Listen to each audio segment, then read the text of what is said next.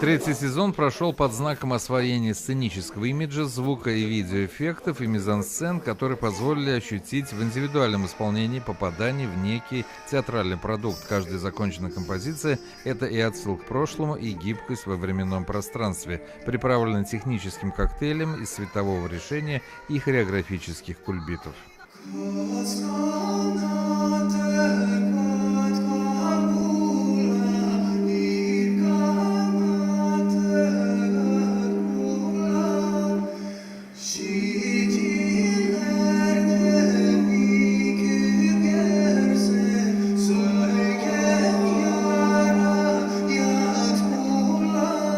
У нас на сцене две барабанных установки, у нас два прекрасных музыканта, это Саша Машин и Александр Зингер. И Александр Зингер, у него установка с электронными триггерами, и мы добавили какой-то электроники в звучание, то есть будет звучать однозначно все более модно.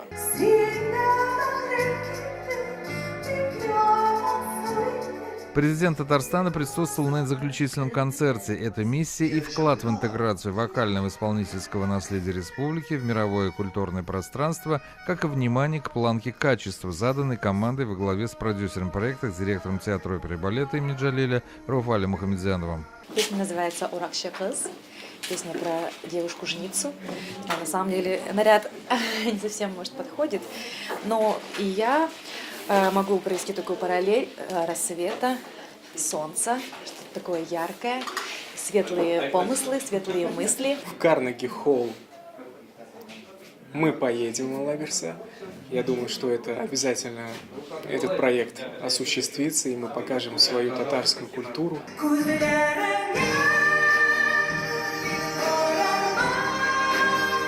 Оценивать сей продукт еще можно в течение большого временного отрезка. У него всегда найдутся и последователи, и злопыхатели. Стилистика чего-то нового воспринимается неоднозначно, и это аксиома. Вы знаете, выступать третий раз на этом же проекте, в том же формате, и пытаться удивить, но это сложно, согласитесь, потому что каждый год планка, она как-то повышается и повышается.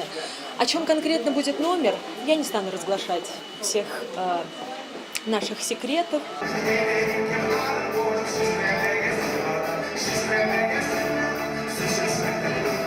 Возможно, кто-то и посетует на то, что подобные истории случаются лишь раз в году. Собрать интернациональную команду в формате одного проекта бывает непросто, тем и аккуратнее становится послевкусие от заново прочитанной книги с занимательным знаковым сюжетом или темой. Фестиваль, который обозначил планку международного и интернационального, оправдывает свое название. И, по сути, неважно, на каком языке поется тот или иной песенный материал, хотя мы никогда не забываем о том, кто это написал. Это, конечно, моя работа и приключение, и попытка исследователя уметь распознать новую культуру другой страны, певческие традиции и участвовать в этом эксперименте.